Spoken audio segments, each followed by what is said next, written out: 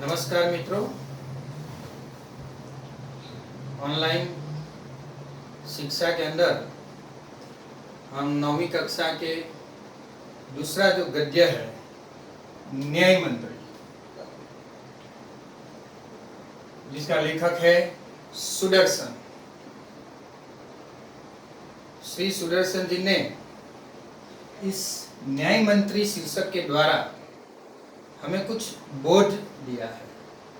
कानून के आगे कोई भी छोटा नहीं होता, कोई भी बड़ा नहीं होता।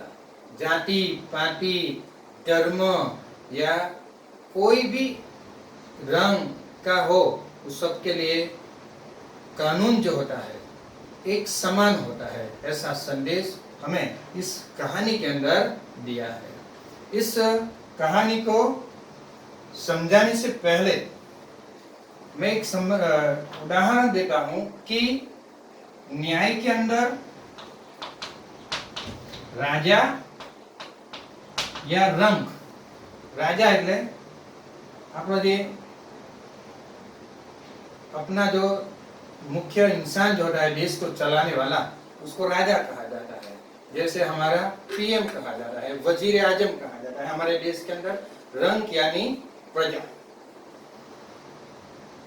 राजा हो या रंग, सबके लिए कानून एक समान होता है। इस कहानी को शुरू करने से पहले उसके अंदर कुछ पात्र है, उस पात्र को हम समझेंगे और इस कहानी के अंदर उसका रोल क्या है, उसका काम क्या है, उसको पहले हम उसका परिचय करेंगे। पहला आता है पात्र में एक युवक जो होता है, जो है परदेशी इंसान है। शिशुपाल इस राष्ट्र का न्याय मंत्री है और सिपाही, ये तीन पात्र है। एक दिन ऐसा होता है कि शाम का वक्त था, अंधेरा छा गया था। ऐसे समय के अंदर शिशुपाल के दरवाजे के ऊपर एक परदेशी इंसान, एक युवक जो है दरवाजा खटखटा है। इस दरवाजा खटखटाए वह शिशुपाल दरवाजा खोलता है तो एक अनजान इंसान को अतिथि के रूप में बुलाता है और वह परदेशी इंसान कहता है कि भाई, एक अंधेरी रात हो गई है, एक रात में आपके घर रुक सकता हूँ, आराम कर सकता हूँ। तो उन्होंने क्या कहा कि आप हमारे घर अतिथि है, और अतिथि यानी मेहमान है। मेहमान जो आपके चरणों से मेरा घर पवित्र हो जाएगा। और हमारी संस्कृति भी यही है कि अतिथि देवो भव। हमारे घर जो मेहमान होता है वो भगवान के समान होते हैं, उसके हमें आदर और सत्कार करना चाहिए। लेकिन आज समाज में उल्टा हो गया है, हमारे घर मेहमान आते हैं तो वो कब चले जाए ऐसा हम सोचते हैं, और बाहरी इंसान को तो हम घर में ठहरने भी नहीं देते हैं। लेकिन हमारी प्राचीन संस्कृति ऐसी नहीं थी। घर में आए मेहमान जो भी हो, जितने दिन भी रहे, उसका हम आदर और सत्कार करते थे। इसीलिए शिशुपाल ने कहा कि आपके चरण स्पर्श से मेरा घर पवित्र हो जाएगा। वहां रहते हैं, शिशुपाल उसका आदर सत्कार करते हैं, चाय नाश्ता करवाते हैं। फिर रात को सोते वक्त दोनों के बीच में चर्चा होती है। चर्चा होने से क्या होता है कि शिशुपाल कहता है कि हमारे देश में जो राजा अशोक जो है, राजा जो है अशोक, उसका शासन सही नहीं है, सभी जगह के ऊपर न्याय नहीं होता है।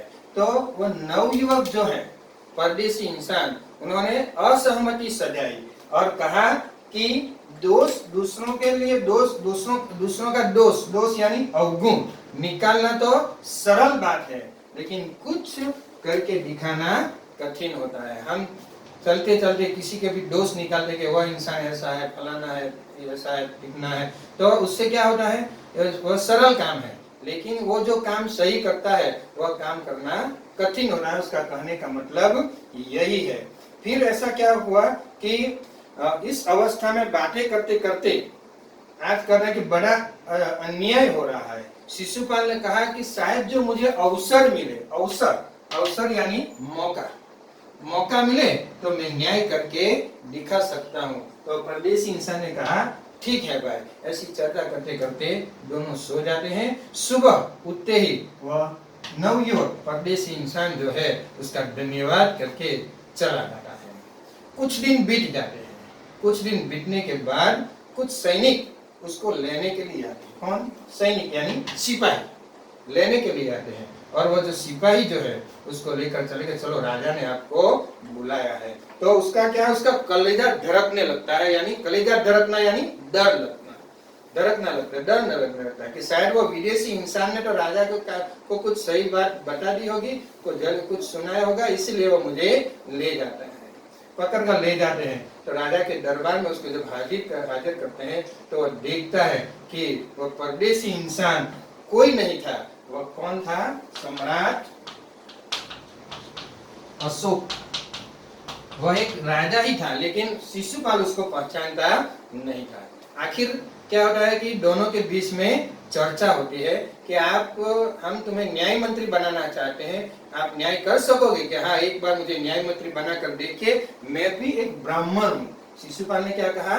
मैं भी एक ब्राह्मण हूँ, ब्राह्मण होने के नाते मैं न्याय करके दिखाऊंगा, आप मुझे न्याय मंत्री बनाकर। उन्होंने उनके अंगूठी जो थी वो एक राज मुद्रा थी, वो राज मुद्रा निकालकर उसके अंगूठी में पहना दी और कह दिया कि आज से तुम न्याय मंत्री। उन्होंने रात दिन मेहनत करके ऐसा सुप्रबंध किया, सुप्रबंध यानी अच्छी व्यवस्था की, आयोजन किया कि पूरे देश के अंदर, पूरे राष्ट्र के अंदर सन्नाटा, शांति छा गई। हर एक व्यक्ति पुराना अपने घर या दुकान के जो दरवाजे हैं वो दरवाजे खुला रखकर चले जाते थे। कुछ चोरी भी नहीं होती थी, डकैती भी नहीं होती थी, खूना भर्ती भी बंद हो गई और एक राम राज्य की तरफ शासन शुरू हो गया और उसके न्याय की पूरी राष्ट्र के अंदर धूम मच गई। 2-4 महीना हुआ तो राष्ट्र के अंदर किसी व्यक्ति ने एक व्यक्ति को मार डाला, यानी खून कर दिया। क्या कर दिया? खून कर दिया एक व्यक्ति ने। वो सोच में पड़ गया, उसको न्याय करना था, खूनी को खोजना था और दंड देना था। तो उन्होंने कहा कि ठीक है भाई, चलो। उन्होंने रात दिन मेहनत करके एक दिन खूनी को खोज डाला। थोड़े दिन के बाद जब राजा ने इस न्याय मंत्री शिशुपाल को अपने दरबार में बुलाया और कहा कि तुमने जो अपराधी है, खूनी जो है, उसको खोजा? तो उन्होंने कहा कि हाँ, मैंने उसको खोज लिया है। तो फिर कहा कि कौन है, उसको हाजिर किया जाए। तो उन्होंने एक उच्च अधिकारी, क्या अधिकारी? उच्च यानी उससे ऊपर का जो अधिकारी जो है, उस अधिकारी ने राजा की ओर उंगली निर्देश करके कहा कि उसको गिरफ्तार कर लीजिए और उसको हथकड़ी पहना दीजिए। राजा आप बबूला हो गया, अपने राज सिंहासन पर से खड़ा हो गया, गुस्सा करने लगा, दांतों तले होठ दबा दिया और कहा कि क्या बोलते हैं तुम, मैंने खून किया है? क्योंकि एक और राजा था, वह न्याय मंत्री था, राजा का सेवक था वो, फिर भी राजा को, उसके अंदर हिम्मत होती है कि राजा को वो सजा सुना दी और हथकड़ी पहना दे? कोई भी मंत्री हो ऐसा नहीं कर सकते। ठीक है, हम देखते हैं कि हमारे नाना बरासा के अंदर एक लेडी कांस्टेबल थी, यादव, नाम तो मैं भूल गया, लेकिन उसके अटक है स्मिता यादव जो है, उन्होंने एक हमारे स्वास्थ्य मंत्री जो है, उसका लड़का 12 बजे के बाद सूरत के अंदर कर्फ्यू लगता है, उसका लड़का और उसका मित्र गाड़ी लेकर घूमने के लिए, लतार मारने के लिए निकलते हैं, तो उसको सबक सिखाती है। तो उसको अपने उच्च अधिकारी एसएचओ है, एसओ है, उन्होंने भी उसको सहकार नहीं दिया और कहा कि घर चले जाओ, अपने घर अभी चले जाओ, फिर बाद में हो जाएगा। उसके ऊपर इतना राजकीय दबाव आया, किसी भी उच्च अधिकारी ने उसको सहकार नहीं दिया और अंत में वो डर कर उन्होंने नहीं, लेकिन उच्च अधिकारियों के बिना सहकार के बावजूद उन्होंने अपने पद पर से, दरोगा में से इस्तीफा दे दिया और अपने घर चली गई। लेकिन जो इसी जगह के ऊपर हम होते और आप होते तो क्या होता? तुम्हारी या मेरी हड्डी पसली एक कर देते पुलिस वाले, पकड़ कर ले जाकर।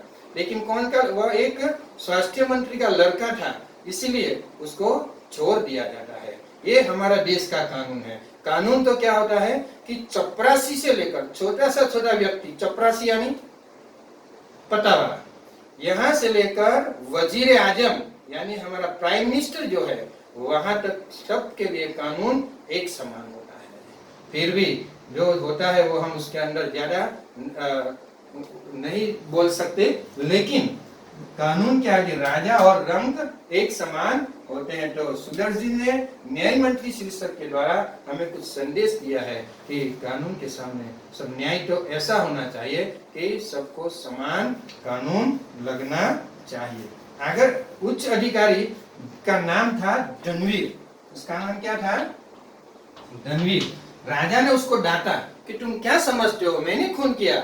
आंखें लाल हो जाती है, आग बबूला हो जाता है। उन्होंने कहा, शिशुपाल ने सुना अनसुना कर दिया, जैसे राजा की बात सुनी नहीं। फिर से राजा की ओर उंगली निर्देश करके कहा कि धनवीर तुम क्या सोच रहे हो? मैंने कहा नहीं कि इस राजा को गिरफ्तार कर लीजिए और हाथ कड़ी पहना दीजिए। फिर उन्होंने हाथ कड़ी पहनाकर और दरबार के सामने उसको हाजिर किया जाता है। राजा भी देखता रह जाता है। उन्होंने कहा कि सब सेवाभावी लोगों सुनिए, ये राजा ने खून किया है, वह सजा के पात्र है और उसको भी मैं मृत्युदंड की सजा देता हूँ। मृत्युदंड की सजा देता है। फिर सब देखते रह जाते हैं। मृत्युदंड की सजा देखते ही पूरा जो दरबार है वह दरबार निस्तब्ध हो जाता है। निस्तब्ध यानी शून्य मनस्क हो जाता है, सन्नाटा छा जाता है। कोई सभी की नजर उसकी ओर, न्याय मंत्री की ओर लग जाती है कि वो क्या बोल रहा है। अंत में कहता है कि सभी सदस्य गण, मैं कहता हूं कि वो उन्होंने खून किया है, मैं उसके मृत्युदंड की सजा देता हूं। लेकिन हमारे जो शास्त्र जो है, शास्त्रों में राजा को ईश्वर के समान माना। किसके समान? ईश्वर। शास्त्रों के अंदर राजा को ईश्वर के समान माना गया है। तो हमें भी ईश्वर ही उसके सजा दे सकता है, हम सजा नहीं दे सकते। और उसको क्लीन चिट दिया जाता है, उसको समझाया जाता है और एक दूसरे अधिकारी को इशारा करके सोने की मूर्ति लाकर उसके सामने रखते हैं और कहते हैं कि अब उस राजा को समझा दिया जाए, ईश्वर भगवान ही उसको सजा देंगे और अंत में इस सोने की मूर्ति को सजा दी जाए, उसको फांसी दी जाए। मैं अंतिम परिच्छेद पढ़ता हूँ, आप किताब के अंदर देखिए। लास्ट में जो तीसरा परिच्छेद है, तभी न्याय मंत्री का संकेत पाकर कर्मचारी सम्राट अशोक की सोने की मूर्ति लेकर उपस्थित हो गया।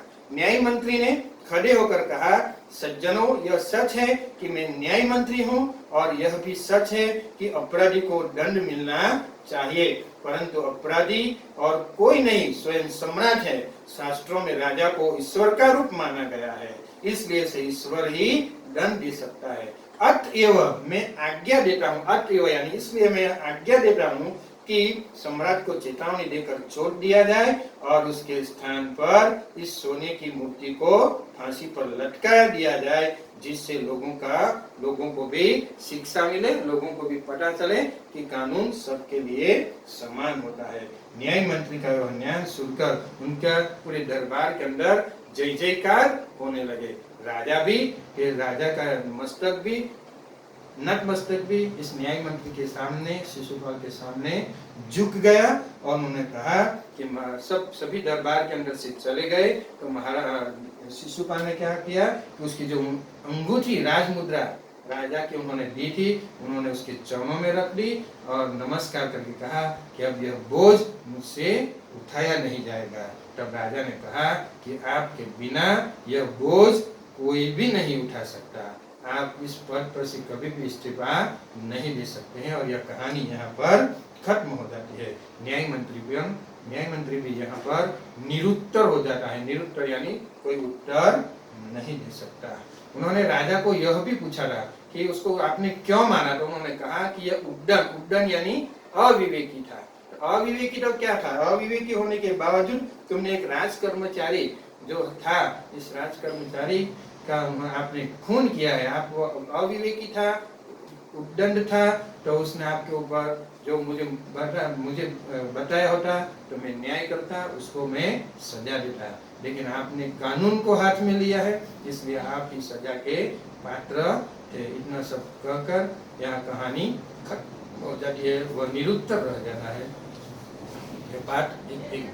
यह पाठ खत्म हो जाता है। और यहाँ पर जो स्वाध्याय जो है, वह स्वाध्याय आप अपनी कॉपी बुक के अंदर घर से जब स्कूल शुरू हो जाए तब लेकर आना। पाठ खत्म हो गया है। आप घर पर जब यह कहानी आप पढ़ते हैं तो ईयरफोन लगाकर सुनिए, और अपनी जो किताब जो है वह किताब भी हाथ में रखिए, और यह जो वीडियो है आप देखिए।